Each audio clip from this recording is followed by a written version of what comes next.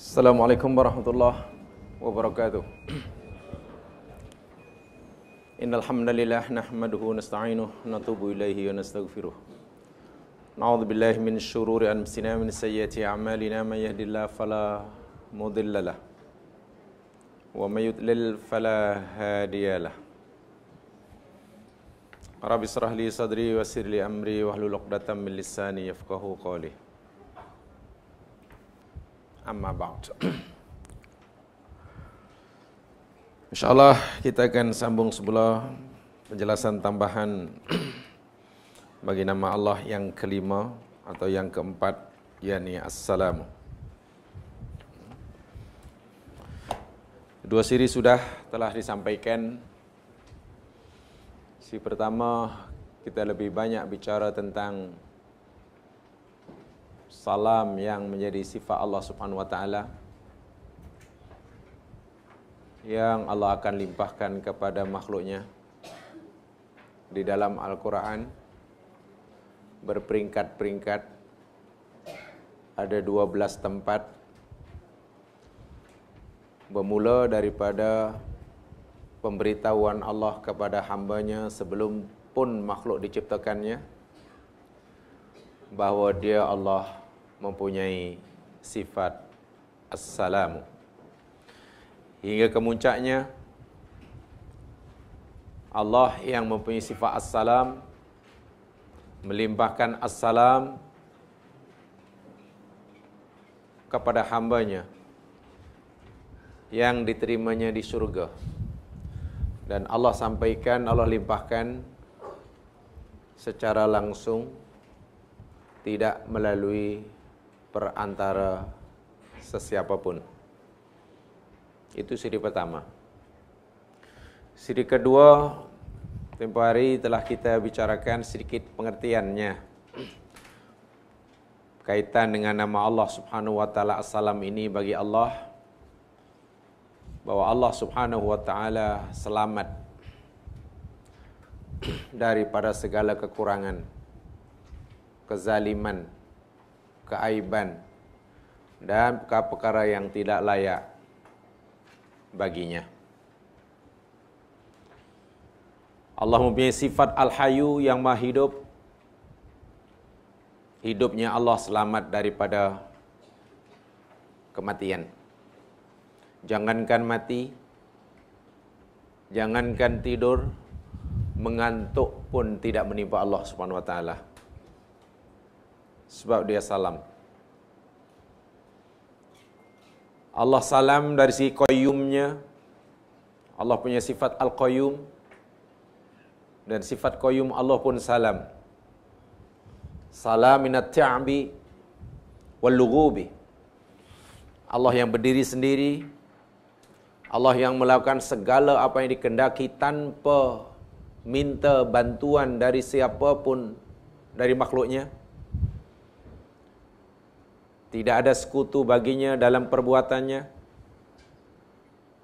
Kulla yaumin huwa fi sya'n, dalam surah Ar-Rahman. Setiap saatnya Allah sentiasa dalam urusan, tak pernah rehat, dengan sifat Al-Qayyumnya. Tapi sifat Al-Qayyumnya itu pun selamat daripada penat, letih, putus asa, menyerah kalah. Tidak sebagaimana difahami oleh Yahudi. Allah mencipta bumi langit bermula pada hari Sabtu, Isnin, Selasa, Rabu, Khamis, Jumaat siap. Sabtu rehat karena Allah penat, kata mereka. Sebab itu dipanggil hari Sabat. Jamaah yang tah lama pun pernah mengambil cuti sabatikal. Tah cemana boleh jadi suci sabatikal. Allah Qayyum. Walaupun dia melakukan semua yang dikehendaki sendirian, tanpa minta bantuan sesiapa, tanpa berkongsi dengan sesiapa, 24 jam dalam urusan, tapi Qayyum Allah bebas daripada penat, letih, Allah punya sifat Al-Alim, Maha mengetahui. Ilmu Allah pun selamat. Selamat dari apa? Daripada selamat terlepas pandang. La yakhfa 'alai syai'. Tidak ada sesuatu pun yang terlepas, yang terluput dari pengetahuannya. Tidak mungkin Allah terluput, tidak mungkin Allah lupa, dan tidak mungkin Allah perlu mengingat semula apa yang subhanallah. Ilmu Allah selamat daripada semua ini. Allah selamat, Allah punya sifat berkehendak, masyiahnya bebas, iradahnya mutlak. Dan iradah Allah pun salam. Salamun min khurujiha 'anil hikmati wal maslahah.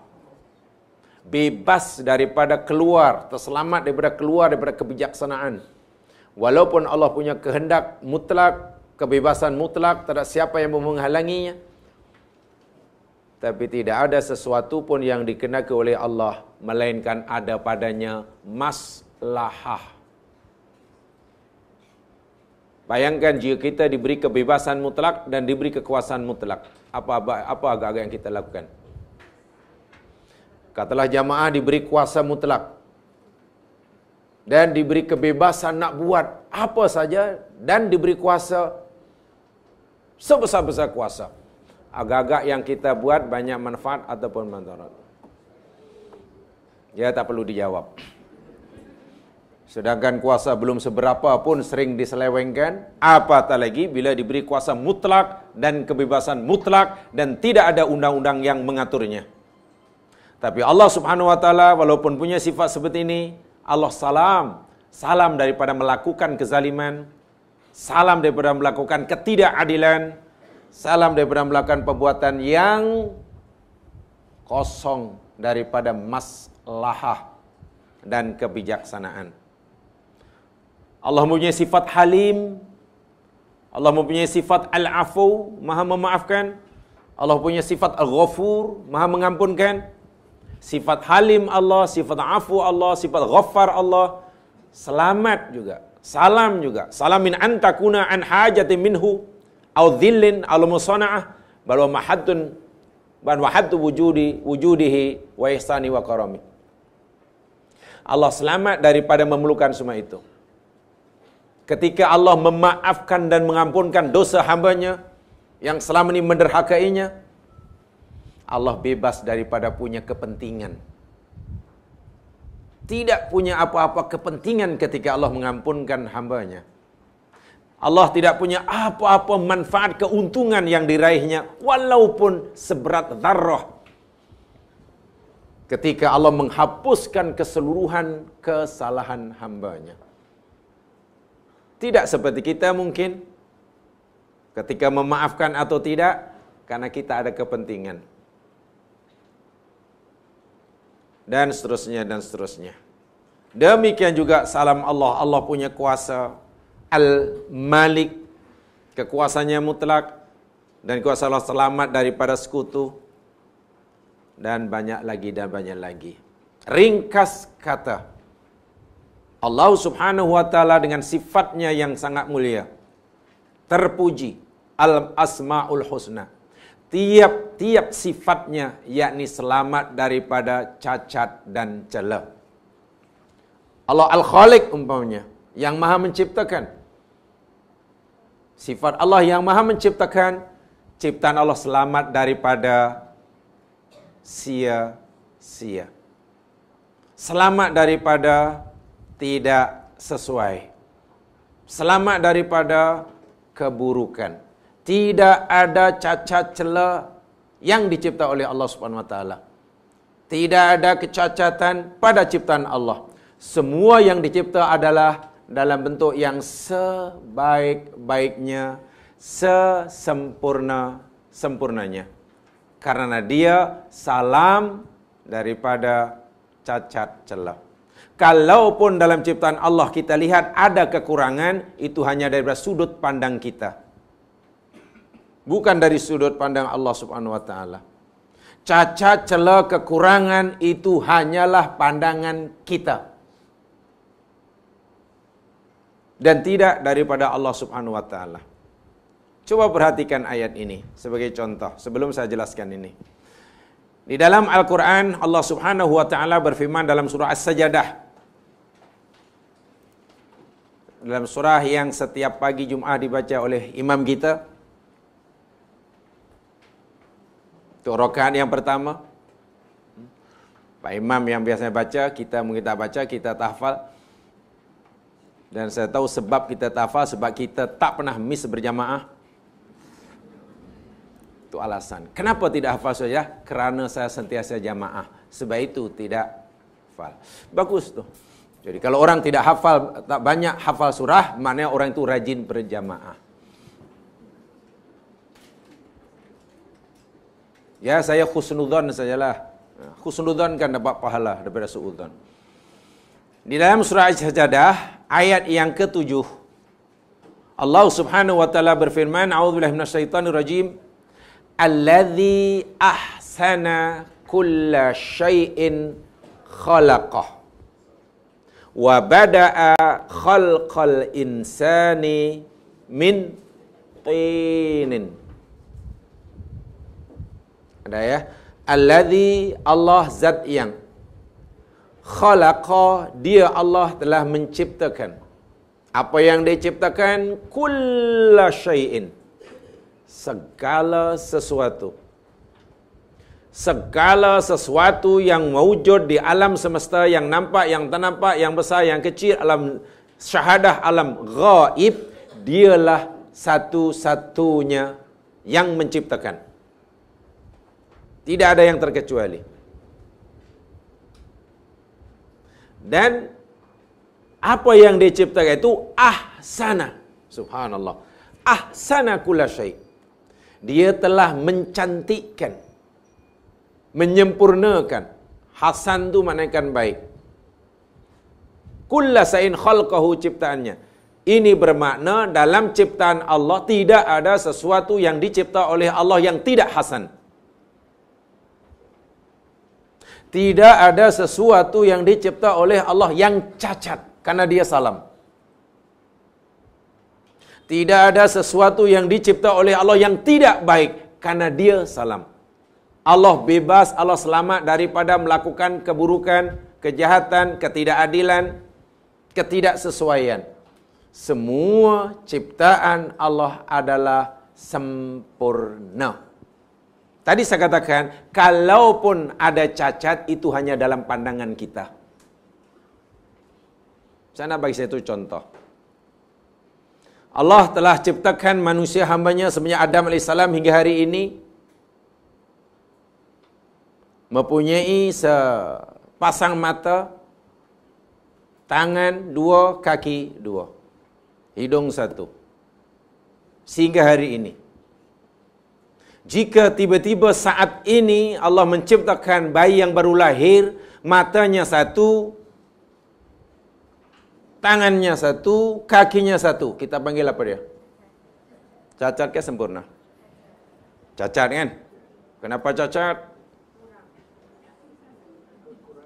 Karena kurang kan? Okey, betul ya, cacat. Katakanlah sekarang saya balik. Jika sekiranya Allah mencipta manusia daripada Adam AS hingga sekarang, matanya satu, tangan satu, kaki satu. Tiba-tiba hari ini ada bayi lahir, mata dua, kaki dua, tangan dua. Apa kita kata? Kita kata, oh cacat dia. Sekarang, contoh ketiga. Allah cipta daripada zaman Adam hingga sekarang, katalah sekarang umat manusia ada 6 bilion katakanlah. Yang 3 bilion mata satu, kaki satu, tangan satu. Yang 3 bilion lebihnya mata dua, kaki dua, siapa cacat, siapa betul? Inilah cacat dan tidak cacat, sempurna itu hanya dalam pandangan kita. Itu hanya nisbi. Lalu kenapa tiba-tiba orang menyalahkan Allah bila yang dilihat difikirkannya tidak sempurna? Bukankah Allah memberitahu kita, aku ini zat yang salam. Mustahil aku mencipta sesuatu tidak sempurna. Tidak ada ciptaan Allah yang terbengkalai. Kita saya yang sering buat terbengkalai itu kita. Bangunan itu terbengkalai, nampak gaya kontraktor lari. Itu biasa dengar. Bayi nampaknya ini terbengkalai. Belum siap tapi Allah sudah terlanjur zahirkan. Subhanallah.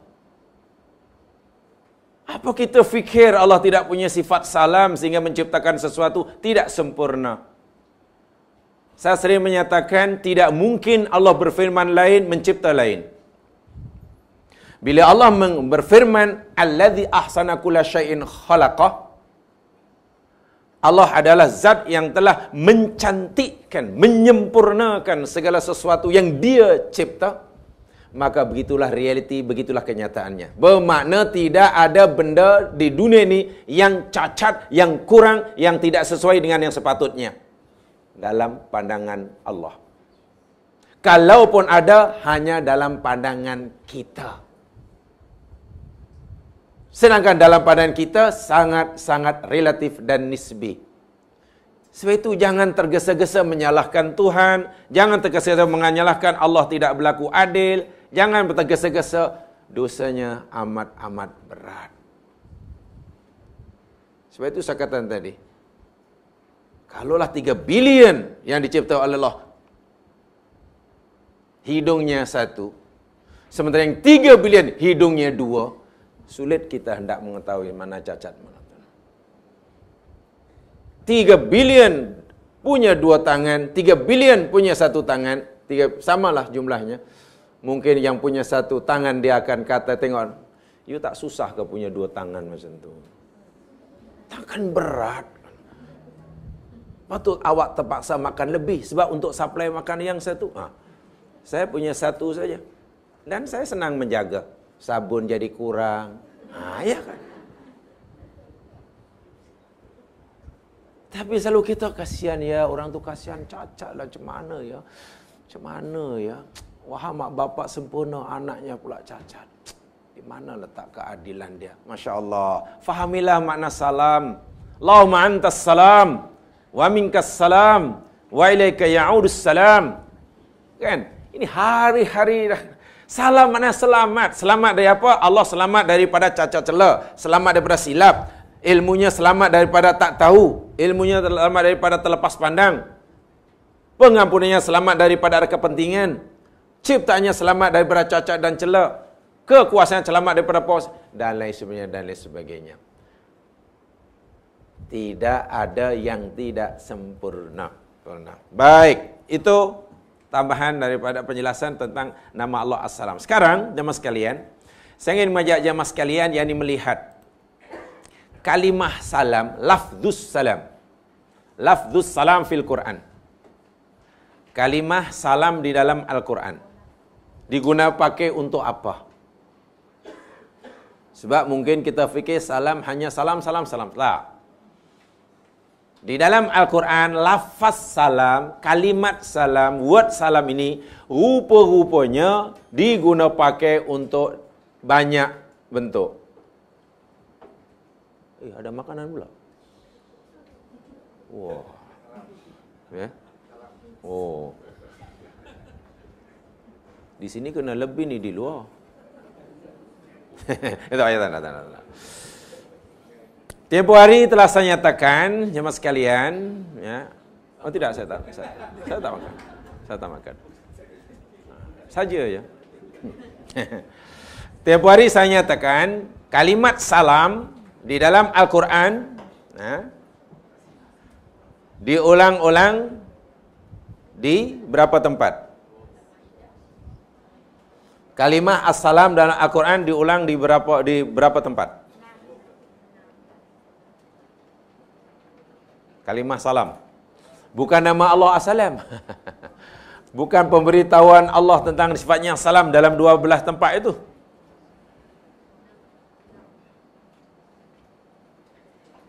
Kalimah As-Salam di dalam Al-Quran dalam pelbagai bentuknya jamaah sekalian, yakni berada di 140 tempat. 140 tempat. 112 tempat daripadanya dalam bentuk isim. 112 daripadanya dalam bentuk noun. Isim, kata nama. Selebihnya, selebihnya berapa tu? 20? Selebihnya 28 mah 140 tolak 112 28 selebihnya yakni dalam bentuk fi'il. Saya ulangi. Kalimat assalam dalam pelbagai bentuknya di dalam Al-Quran diulang-ulang sebanyak 140 tempat. Berada 140 tempat. 112 daripadanya dalam bentuk isim dan selebihnya yakni 28 dalam bentuk fi'il. Kata kerja, kata perbuatan. Yang kita nak bicarakan yakni yang dalam bentuk isim itu. Kata nama. Kata nama. Subhanallah. Ada berapa di situ? Itu ada berapa? Ya. Yang pertama, kalimah assalam dalam Al-Quran digunakan pakai ini kalau dalam bahasa tafsir yang masih ulumut tafsir, ya ini kaitannya dengan ijaz lugawi,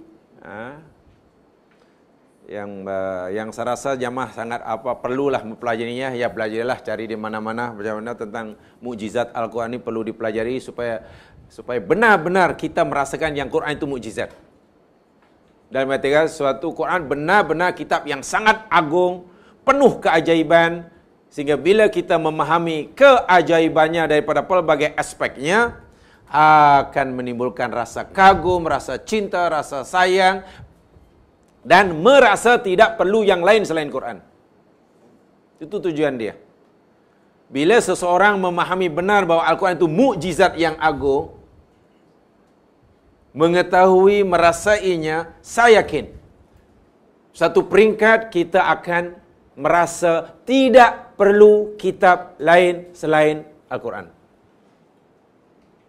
Dan itu hanya dengan cara mengetahui Quran adalah mukjizat. Alhamdulillah semua sudah yakin Quran itu mukjizat, tapi mungkin belum ramai yang berjaya membuktikan yang ia mukjizat. Maksudnya kalau mungkin ada pertanyaan, tolong tunjukkan pada saya kemukjizatan Al-Quran. Ya mungkin kita kejap. Apalagi yang tanya itu orang kafir. Lagi. Ada kawan Kristen, awak ni asyik cerita Quran awak aja yang hebat. Quran kitab suci saya, awak kata sudah palsu. Awak kata kitab suci awak ni hebat. Tolong tunjukkan kehebatannya. Tolong tunjukkan keaslian dia. Tolong tunjukkan yang Quran kitab yang awak yakini itu tidak bercampur dengan kepalsuan. Di mana nilai mukjizatnya? Ya, mungkin kalau yang tanya orang kafir, ya biasanya kita tak mampu jawab. Biasanya kata, bab agama jangan canda ya. Ini sensitif tau. Jangan. Modal kita itu aja lah. You jangan tanya sebab agama. Jangan pertikai. Ingat. Jangan bertikai bab agama. Kawan tu bukan nak bertikai, tanya. Dia tanya, kita tak boleh jawab, marah pula. Takkan orang Islam hanya bermodalkan marah untuk mempertahankan agama dia? Sampai bila orang Islam hanya bermodalkan marah untuk mempertahankan kebenaran agamanya? Kan rugi itu. Sangat-sangat rugi. Agama tidak cukup dipertahankan dengan modal marah, bengkak. Tidak cukup. Zaman sekarang yakni zaman orang ingin bukti, ingin hujah, ingin dalil, dan seterusnya dengan fakta yang tidak boleh lagi dibantah dan dinafi. Dan itu mesti ada dimiliki oleh kita. Jadi pelajarilah itu mukjizat Al-Quran, ada di sana. Baik, yang pertama diguna pakai kalimah salam itu yakni min asma'illah. Salam dalam Al-Quran yakni diguna pakai untuk menyebutkan salah satu daripada nama Allah Subhanahu wa taala, dan inilah yang sedang kita pelajari, dan inilah yang disebutkan oleh Allah Subhanahu wa taala di dalam Al-Quran surah Al-Hasyr ayat yang ke 33 itu. 33 23? Ya. 3 2 23 bukan 3. Itu 23 tu. Oh, apalah ada 3 kembar pula.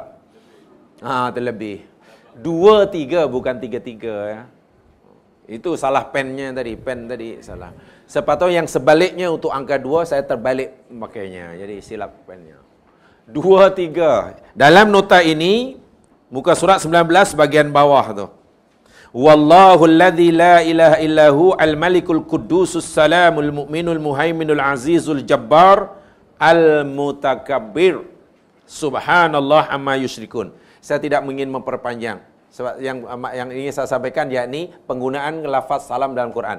Pertama, diguna pakai untuk menunjukkan untuk merujuk kepada salah satu daripada nama Allah. Dalilnya ni. Surah Al-Hasyr 2:3. Di situ ada kalimat assalam, assalam, assalam. Tak jadi masalah.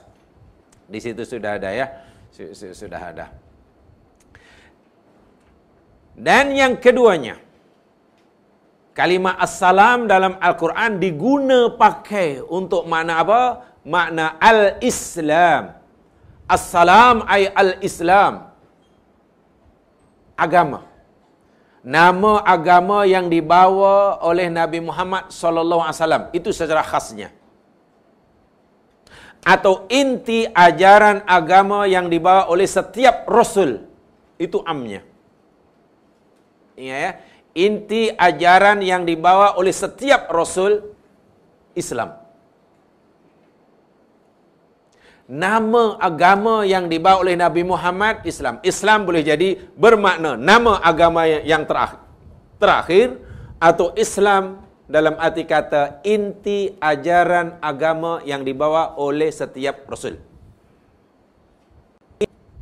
Sebab inti ajaran yang dibawa oleh setiap rasul yakni menyuruh umatnya untuk berserah diri kepada Allah semata tanpa syarat.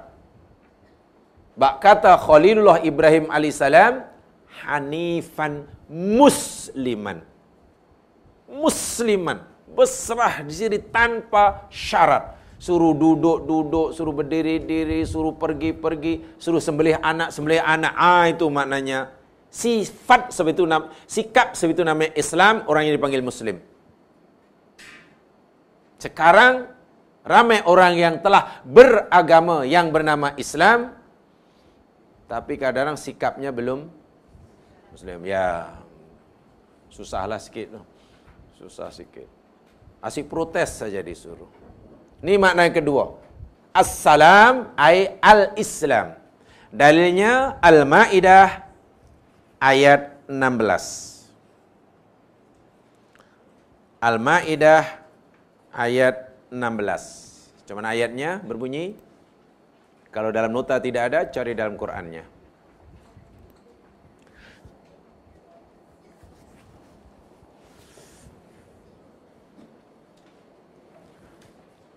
Yahdi bihillahu man ittaba'a ridwanahu subulas salam wa yukhrijuhum minadh dhulumati ilan nuri bi'idhnih wa yahdihim ila siratim mustaqim.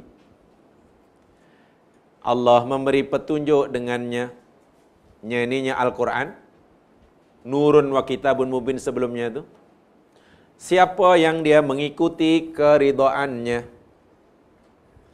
Allah tunjukkan ke mana? Subulas salam. Salam di situ jamaah sekalian. Kata setengah ahli tafsir maknanya al-Islam. Jadi subulus salam maknanya jalan-jalan Islam. Jalan-jalan yang diakui, dibenarkan, disyariatkan oleh agama Islam. As-salam ay al-Islam. Sebab itu dalam ayat yang lain disebutkan wa may yabtaghi ghairal islami dinan falay yuqbala minhu wa huwa fil akhirati minal khasirin. Sesiapa yang mencari cara hidup, gaya hidup, jalan kehidupan selain Islam ditolak. Di akhirat jadi orang rugi. Itu makna kedua. Salam ay al-Islam. Yang ketiga, mana salam dalam Al-Quran digunakan pakai untuk apa? Apa yang ketiga itu bunyinya? Salam maksudnya yang ketiga? At-tahiyyatul ma'rufah. Coba ikuti. At-tahiyyatul ma'rufah. At-tahiyyatul ma'rufah. Maknanya penghormatan. Tahiyat itu penghormatan. Greetings, ya, greeting. Ma'rufah yang telah dikenal. Ma'ruf. Dikenal oleh siapa? Bukan dikenal oleh budaya. Bukan dikenal oleh suku bangsa.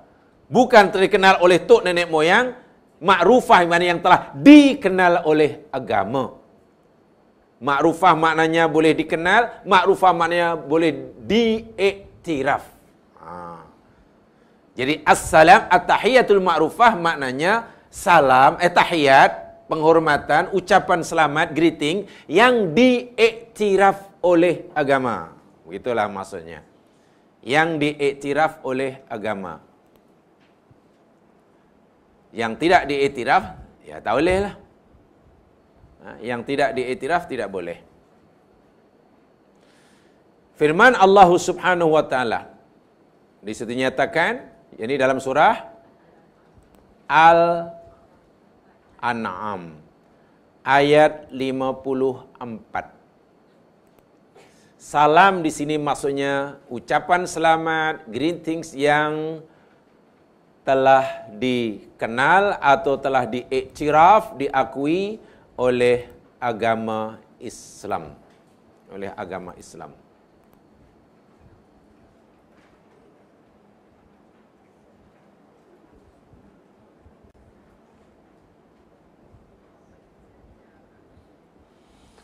A'udzu billahi minasyaitonir rajim. Ayatnya berbunyi wa idza ja'aka alladhina yu'minuna biayatina faqul salamun 'alaikum kataba rabbukum 'ala nafsihi rahmah annahu man 'amila minkum su'an bijahalatin ثم تاب من بعده وأصلح فأنه غفور رحيم. وإذا dan apabila ja'aka telah datang kepadamu wahai Muhammad alladzina orang-orang yang yu'minuna mereka beriman bi ayatina dengan ayat-ayat kami. Bila ada orang jumpa kamu dan orang ini beriman pada ayat kami, kata Allah, faqul salamun alaikum, katakan kepadanya, bagi ucapan selamat kepadanya, greeting buat kedua kepadanya, yakni salamun alaikum, salamun alaikum, salamun alaikum. So salam di sini memberi maksud at-tahiyyatul ma'rufah. Ucapan selamat yang telah dikenal atau diiktiraf oleh agama kita Islam. Oleh agama kita Islam. Sebab agama lain pun punya ucapan-ucapan sendiri apabila dia hendak memberi salam, hendak memberi salam. Contoh umpamanya jamaah sekalian, yakni orang Yahudi bila bagi salam pada masa itu, maksud saya pada zaman turunnya ayat ini, Yahudi ini bila nak bagi salam pada orang lain dengan angkat tangan. Angkat tangan. Bukan dengan ucapan, tapi lebih kepada satu isyarat tindakan.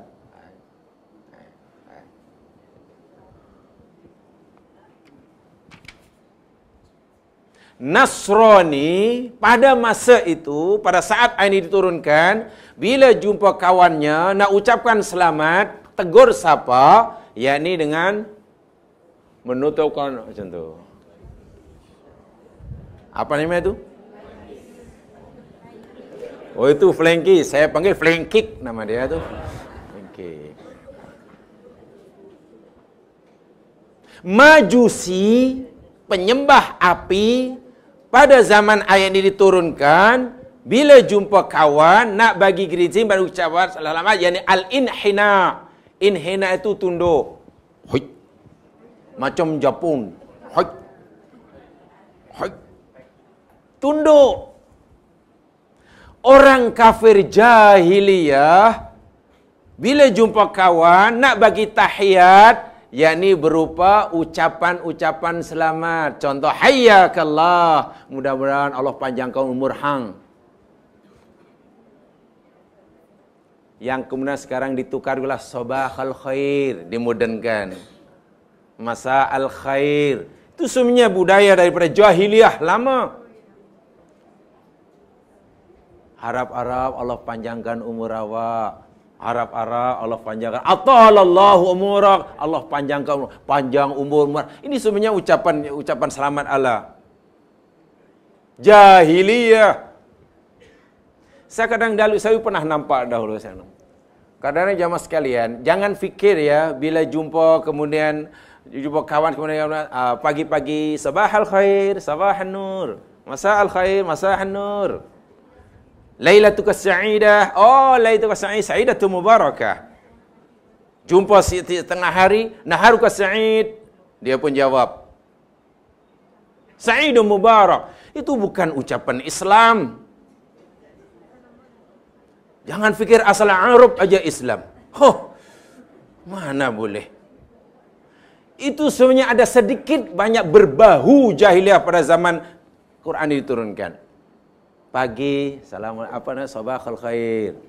Atau an'im sabahan. Orang Arab jahiliyah kata an'im sabahan. An'im sabahan itu maksudnya lebih kurang sama dengan sabahul khair. An'im masaan bila petang hari. Jangan hanya kerana Arab. Wah, anak saya dah pandai belajar Al-Quran ya.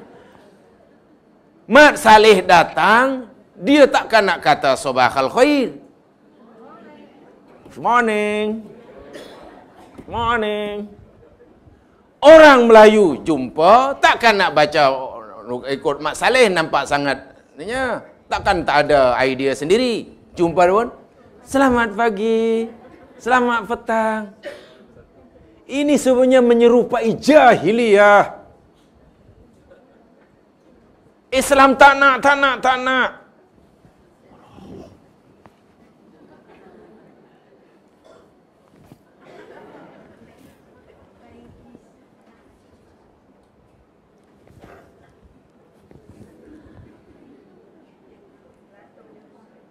Oh, akhirnya Islam datang. Nih. Muhammad, nanti bila ada hambaku yang percaya kepada aku, beriman kepada ayat-ayat aku, datang dan jumpa engkau Muhammad, layan dia, sambut dia, alu-alukan dia dengan ucapan Assalamualaikum, Assalamualaikum, Assalamualaikum, Assalamualaikum. Inilah at-tahiyyat al-ma'rufah. Jangan ditukar-tukar.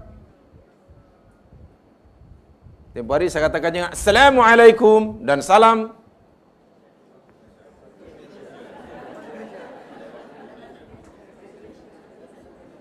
Assalamualaikum dan salam cemerlang, gemilang, terbilang.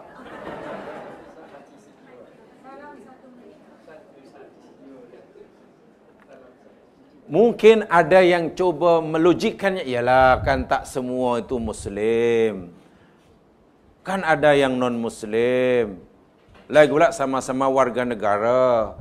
Yalah, kalau ada non-Muslim pun, apa kita fikir Quran tidak memberi peraturan? Memberi salam kepada non-Muslim. Dalam Islam dan Quran pun ada, saya akan tempoh hari. Pada Muslim, Assalamualaikum warahmatullahi. Bila di situ ada non-Muslim, mungkin separuh atau suku ni yang non-Muslim, ya terus bagi salam pada mereka ikut Quran. Assalamu ala manittaba'al huda. Kan itu salamnya untuk non-Muslim kan. Jadi bila kita buat begitu, 100% ikut Quran. Assalamualaikum. Setelah dijawab oleh si Muslim, kemudian Assalamu ala manit taba'al huda. Itu untuk non-Muslim. Oh, tak pernah gitu ya? Hayya. Tak apa, belum lambat. Nasib baik tahu. Jangan lupa 1 Januari 2016 kiamat. Nasib baik sempat tahu.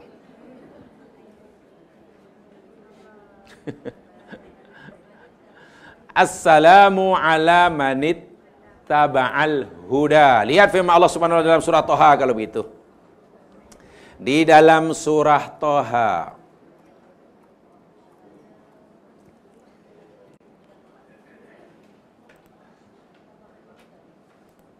Assalamu ala manit taba'al huda.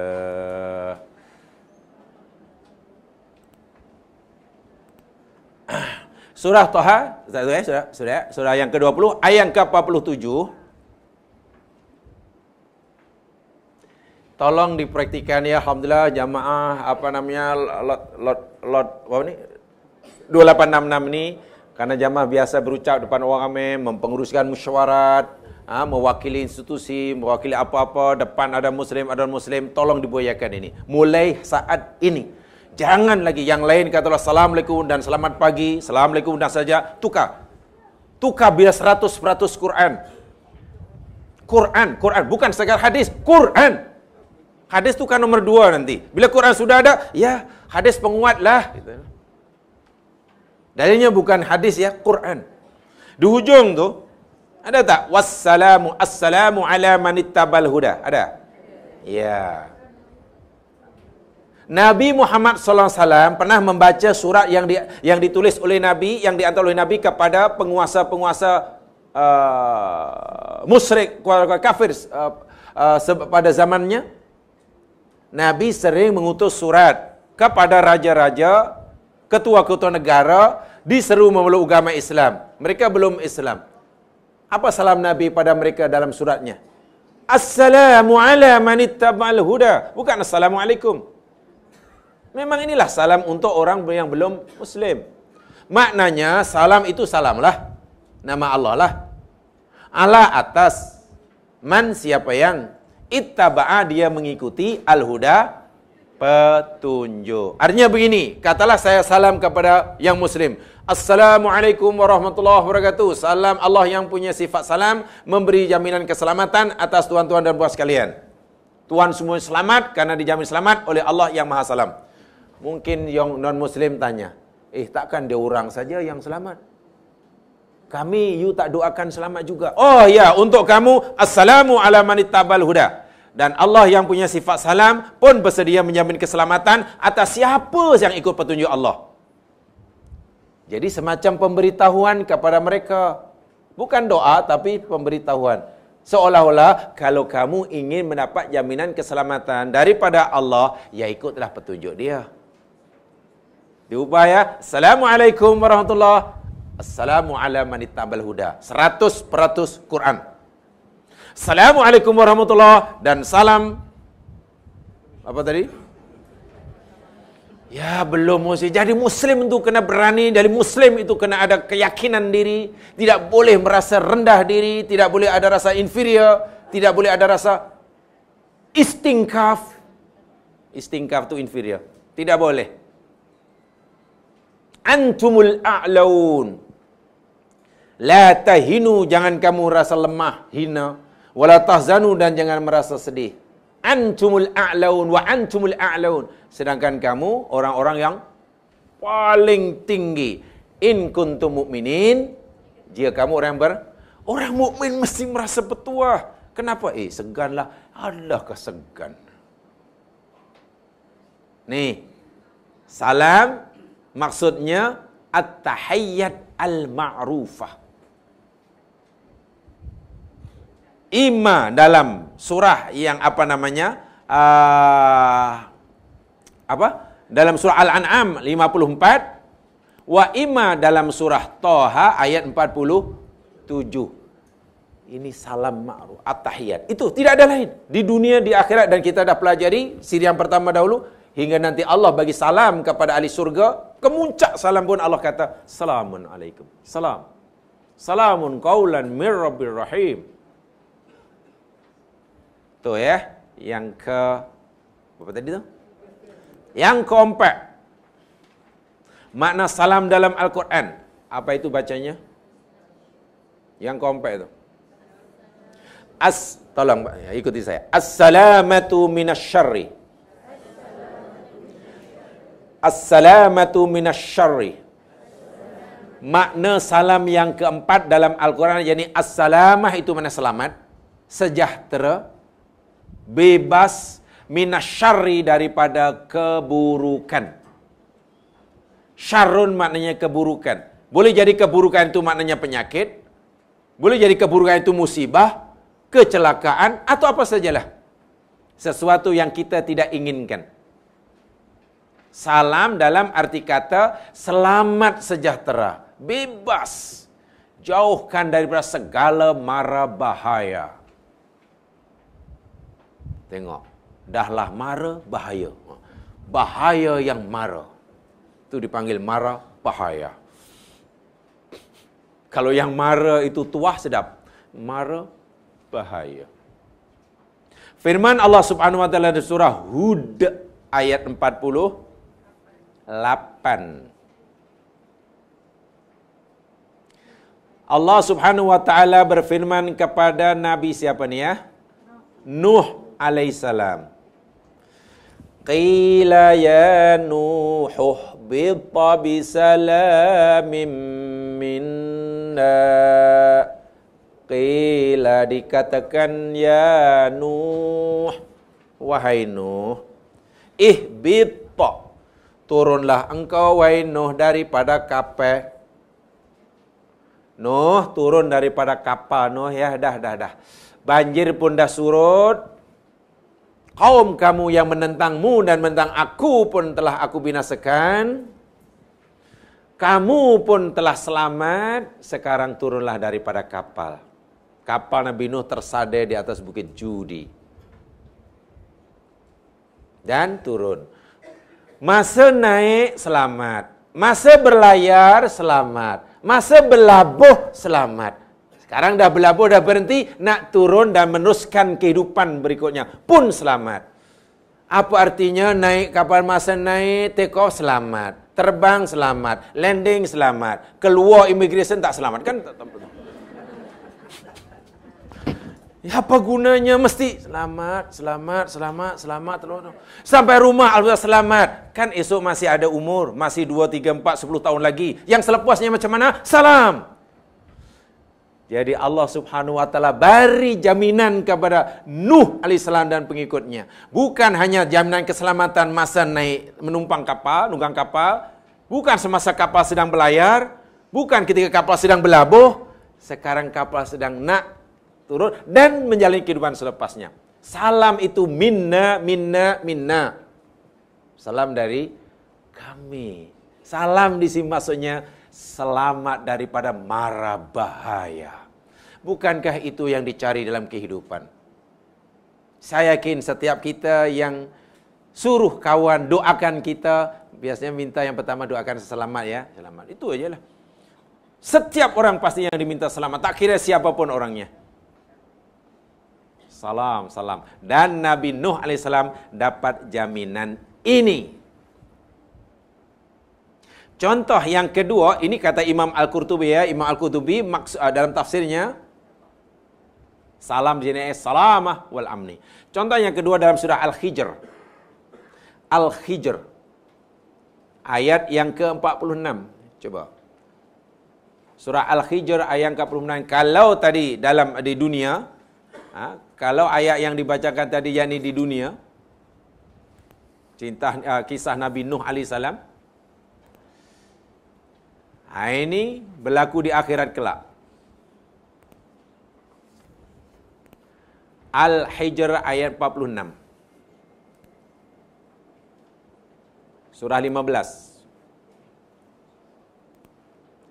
Allah Subhanahu wa taala berfirman dalam ayat itu, macam mana ayatnya?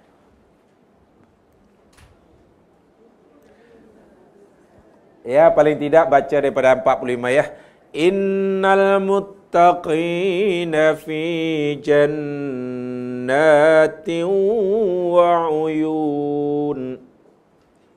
Sesungguhnya orang-orang yang bertakwa itu berada di dalam taman-taman dan mata air, maknanya surga yang penuh dengan nikmat. Dikatakan oleh Allah buat mereka yang masuk surga, udkhuluha bisalamin aminin. Masuklah kamu semua dalam surgaku bisalam, dengan selamat daripada keburukan tadilah. Aminin, aman. So, surga itu letak tempat salam aman, selamat aman. Daripada mara bahaya, tidak letih, tidak penat jam sekalian, demam pun tidak ada, selsema pun tidak ada. Bahkan subhanallah, di surga sakit perut pun tak ada. Sebab itu di surga bilik air tak ada toilet. Tak ada. Habis kalau toilet pun tak ada, ke mana makanan yang dimakan tu? Orang di surga ni makan jemaah sekalian bukan kerana lapar. Orang di surga makan bukan kerana bila tak makan badannya tak cukup zat makanan kemudian jadi sakit. Orang di surga makan kerana naim. Naim maksudnya, tanya Tuan Haji Naim. Itu Tuan Haji Naim. Dia yang mempunyai nama, saya tak tahu. Dengan izin saya terjemahkan. Nikmat. Baik, kalau di dunia kita nak makan mungkin kerana kita lapar. Dan bila terlalu lapar biasanya kita kurang dapat menikmati makanan. Sebab itu tidak dikunyah, telan aja. Sehingga nikmat makanan menjadi hilang karena faktor lapar yang bersangatan. Atau mungkin kita lapar kerana jika tak makan, badan kita ya lemahlah, tak ada zat makanan, kita perlu. Sebab itu kena ukur, ini yang perlu, ini yang tak perlu, ini kurang, ini lebih. Dan yang ketiga mungkin kita makan di dunia ini karena nak menikmati kelezatan dia. Bukan sebab lapar. Sebab itu kadang-kadang dia makan, lama aku nyah dia. Nak telan sayang. Dah 10 minit tak telan-telan. Kenapa tak telan? Sedap. Yang satu tak lambat nak telan sebab sedap. Yang seorang, yang you nak telan pasang, sayang telan. Mahal tau, mahal. Kang telan dah. Yalah, makanan mahal. Kalau cepat telan kan rugi kan? Rugi. Elok punyanya. Di surga makan karena nikmat. Karena nak menikmati itu. Bukan sebab lapar. So itu sebanyak mana pun makanan dimakan, ya tidak akan terlebihlah dalam tubuhnya. Tidak disediakan tempat untuk membuang. Salamin, aminin. Salam disimatnya itulah. Bebas. Selamat daripada mara bahaya, kesusahan, syar. Salamah minas syar. Maksudnya. Masya Allah. Itu dari segi zahirnya. Nikmat batiniyah, nikmat rohaniyah. Wa naza'na ma fi sudurihim min ghillin ikhwana ala sururim mutaqabilin. Dan kami cabut keluar, kami tarik keluar dari apa yang dalam hati-hati mereka kedengkian. Ghillun itu maknanya keruh. Keruhnya hati ghillun. Maknanya hati ahli surga ini bersih, tidak keruh. Dendam tak ada, hasad tak ada, dengki tak ada. Tak ada lah. Sebab dah ghillun dah tak ada. Ghil itu keruh untuk hati. Kalau untuk air, kadirun. Air keruh, air kadir. Hati keruh, ghil. Lain. Keruhnya hati ghillun, keruhnya air kadir. Jadi kalau cendol kadir, itu mana cendol keruh. Betul kan? Cendol kadiak maknanya cendol keruh. Dan konon Alkisah semakin keruh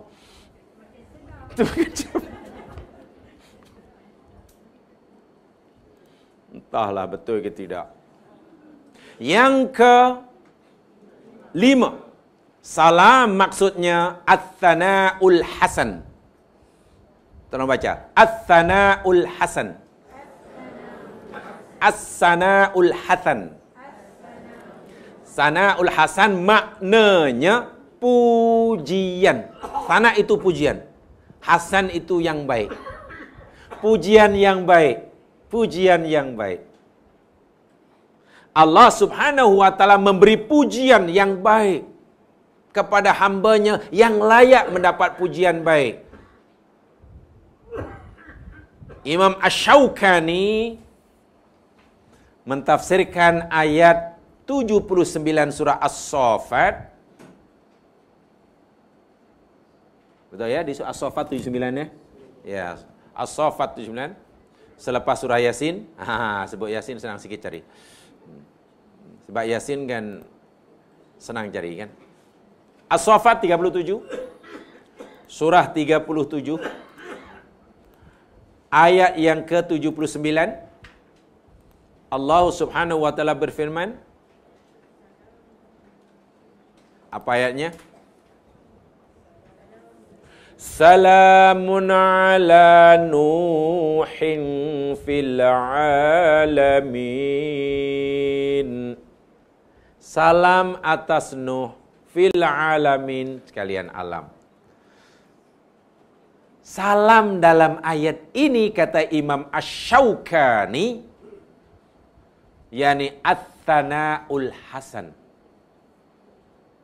Nuh alaihissalam, Nabi yang punya umur panjang, kegigihan dakwahnya tidak perlu dipetikai. Kaum dan umatnya pula lihat menerima ajarannya. Karena kegigihan dan kesabarannya, Nuh termasuk Nabi yang layak mendapat pujian daripada Allah. Atau kalau dalam bahasa bebaslah, tapi taklah tepat sangat ya. Karena kerja track recordnya hebat. Nuh ni layak dapat pingat.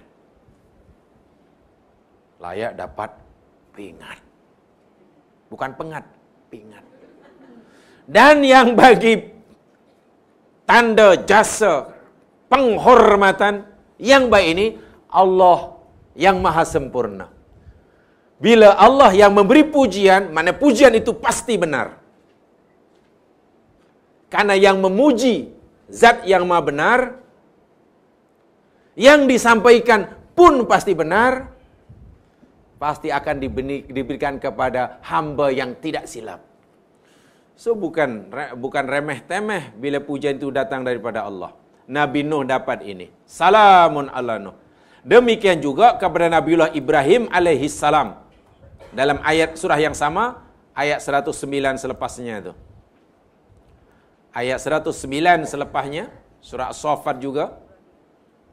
Di situ pun Allah Subhanahu wa taala berfirman, Salamun ala Ibrahim, salamun ala Ibrahim, salamun ala Ibrahim.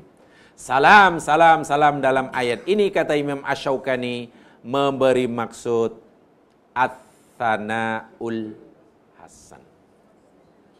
Yang ke-6, salam maksudnya, tolong ikuti saya, khulusus syai'i min kulli syaibah. Khulusus syai'i min kulli syaibah. Khulusus syai' itu maknanya terselamatnya, terbebasnya, bersihnya sesuatu. Bersih, khulus, khalis, ikhlas itu mana bersih, murni. Min kulli syaibah, daripada tiap-tiap sesuatu, min daripada kulli tiap-tiap, syaibah sesuatu yang mencemarinya. Contoh, air susu binatang yang baru diperah dari binatang, Belum masuk kilang, belum masuk apa. Betul-betul keluar dari kemudian ditanda. Kata surah An-Nahl, labanun khalisun. Labanan khalisun. Maknanya air susu yang khalis. Khalis maknanya bersih, suci, bebas daripada unsur-unsur apa saja yang boleh merusakkannya. Sikit pun tak ada. Tapi bila air susu lembu tadi, katalah minuman tadi, diletakkan di meja sehari, 2 hari, 3 hari, terdedah, warnanya sudah mulai bertukar. Baunya bertukar, rasanya bertukar. Maka ketika itu susu tadi bukan lagi khalis, tidak lagi khulus, karena sudah ada benda-benda yang mencemarinya. Sesuatu yang bebas, bersih daripada perkara yang merusakkannya, itu namanya salam, makna yang keenam. Khulusus syai' min syaibah. Contohnya firman Allah di dalam surah Az-Zumar ayat 29. 39. 29. 3929. Daraballahu mathalan rajulan fihi syuraka'u mutasyakisun. Allah Subhanahu wa taala membuat perumpamaan antara orang musyrik dengan orang muwahhid. Orang musyrik dengan orang mukmin muwahhid. Ya, ini perumpamaan ada seorang lelaki, maksudnya seorang hamba sahaya. Fihi syuraka'u mutasyakisun, yang dimiliki oleh lebih daripada satu tuan yang berbalah antara satu dengan yang lain. Seorang hamba tuannya lebih daripada satu. Mungkin ada 3 tuan dia. Dan 3 tuan tadi tidak ngam antara satu dengan yang lain. Tuan A suruh, wahai hambaku, kau pergi pasar. Ya tuan, baru nak keluar, tuannya yang benar baby, tuan, hambaku, tolong tu masak. Baru nak keluar, masuk dapur. Si pula, hambaku, tolong basuh baju. Coba kalau 3 tuan tadi mempunyai arahan yang berbeza dalam satu masa dan masing-masing tidak ngam. Apa yang dilakukan oleh si hamba tadi? Nak keluar, tak boleh masuk, nak keluar. Ya, pasti dia akan mati berdiri di situ. Pendek umur dia. Kan? Itu contoh orang musyrik. Karena musyrik itu Tuhannya banyak, bila nak buat kerja, terpaksa minta restu dari banyak Tuhan. Nak keluar rumah pun, banyak Tuhan yang diminta restu. Ada Tuhan yang jaga hari. Ini hari apa ya? Hari Selasa. Wahai Tuhan penjaga hari, tolong selamatkan. Ada Tuhan jaga pintu. Pintu lalu mana? Lalu mana? Oh, terlalu banyak yang diambil kira itu kira. Ini contoh orang musyrik Tuhannya banyak, macam seorang hamba dimiliki oleh banyak tuan yang tuannya tadi gaduh. Dengan orang mukmin, wa rajulan salaman li rajulin. Dan seorang hamba yang salaman itu bebas daripada, hanya berserah diri pada seorang tuan. Tidak ada Tuhan, tidak tuan lain. Ya, pastilah yang seorang hamba yang dimiliki oleh satu tuan, kerjanya, hidupnya lebih tenang. Karena dia hanya perlu mengabdi kepada seorang tuan. Yang tadi perlu menyenangkan ketiga tuannya yang sentiasa gaduh. Seorang pembantu rumah, hanya seorang pramu wisma, itu pun jika mem besar dengan tuan besar tak ngam, arahannya sentiasa bercanggah kepada pramu wismanya. Mungkin pramu wisma bingung kan. Kata tuannya, kereta keluar tu, basuh. Ya tuan, baru basuh tu. Mem besar, dapur, siapkan dapur. Ya mem, coba. Kan pembantu rumah tu apa yang dibuat akhirnya? Nak keluar tak berani, nak pergi dapur tak berani. Akhirnya berdiri, mati berdiri. Itu baru 2 tuan yang gaduh. Itulah orang musyrik. Sebab hidupnya tak tenang. Coba kalau hanya pada satu tuan, menyenangkan satu tuan, senanglah. Masya Allah. Salaman di sini maknanya contoh orang mukmin muwahhid, yang ibadahnya hanya diserahkan pada Allah semata dan tidak kepada yang lainnya. yang lainnya. Itu maksud salam yang ke-6. Dan yang ke-7 rupanya ada ya. Tak ada, tambahlah.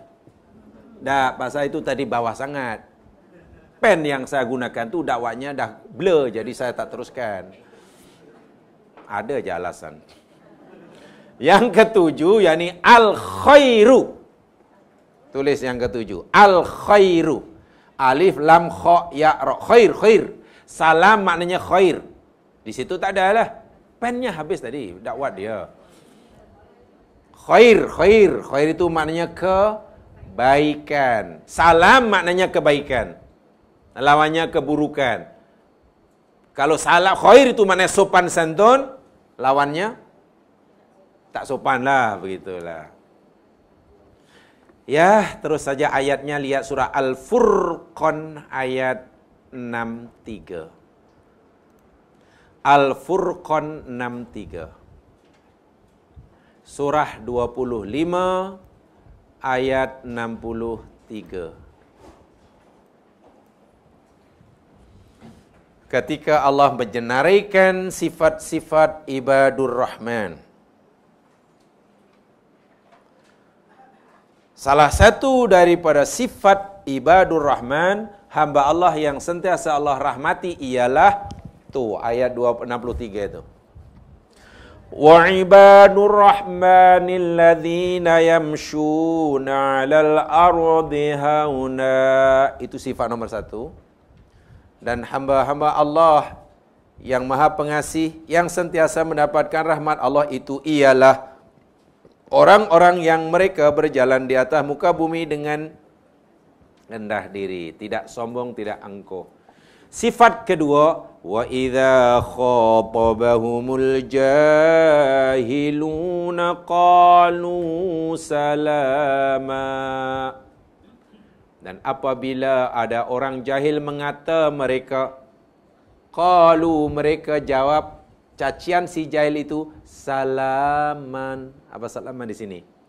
Baik. Ada orang kata mencerca dia, dijawabnya dengan baik. Bukan cerca baik. Itu tanda hamba Allah yang baik. Katalah, awak ni bohong lampanya. Ada orang kata begitu. Hamba Allah tak jawab, awak lagi bohong. Bukan macam tu. Awak ni asyik tipu aja. Awak lagilah bapak menipu. Itu bukan salam. Dikata orang jahil, dikata dengan ucapan tak baik, dijawab dengan baik. Abu Bakar ketika dimaki-maki, Abu Bakar kata, apabila jika apa yang awak katakan tentang aku itu betul, aku akan mohon ampun kepada Allah. Tapi jika yang awak katakan tentang aku itu bohong, aku akan pohonkan ampun kepada Allah buat dosamu. Sudah, bye. So, salam di sini maknanya buat baik hatta kepada yang buat bercakap sopan hatta kepada mereka yang bercakap tak sopan. Itu makna salam yang ke-7. Habis sudah ya mas sekalian jumpa kalimah salam dalam bentuk isim dalam Al-Quran. Pilih satu di antara 7. InsyaAllah betul. Baca ayat Al-Quran, di situ ada kalimah salam. Ini isim ya, isim, noun. Kata nama. Apa maknanya? Pilih satu di antara 7. InsyaAllah betul. Itu yang dikaji oleh ulama-ulama tafsir. Walau bagaimanapun, semua tadi datang daripada Allah dengan sifatnya Assalamu. So, salam ni Masya Allah, luar biasa. Ya. Sesuatu yang kita minta, bahkan ada doa namanya doa selamat. Kan ada doa selamat. Macam mana doa selamat ya? Allahumma inni as'aluka salamatan fiddin. Wafatan fil jasad. Ziyadatan fil rizqi. Watobatan maut, rahmatan indal maut, maghfirah ba'dal maut. Hawin alaina ya Allah fi sakaratil maut, nas'aluka Allahumma najat minan nar, aw nas'alukal afa indal hisab. Wih, lengkap sungguh. Salam. Itulah yang dimintakan salam. Bagus doa itu hendaklah sentiasa baca. Dan tidak perlu kenduri, bila-bila baca boleh. Maksudnya tidak perlu kenduri dahulu baru baca doa itu. Ya, kalau nak kenduri, ya kendurilah, makan, baca bismillah gitu. Maksud saya nak baca doa itu tak perlu menunggu kenduri dulu. Lambatlah, lambat. Boleh hari Allah mau. Selamatkanlah. Bukan tidak boleh. Itu aja jemaah sekalian yang saya sampaikan untuk sidang pertama ini, yakni tentang Al-Asmaul Husna. Dan kita akan sambung hari ini Al-Kabair. Dosa-dosa besar. Wallahu a'lam. Ya.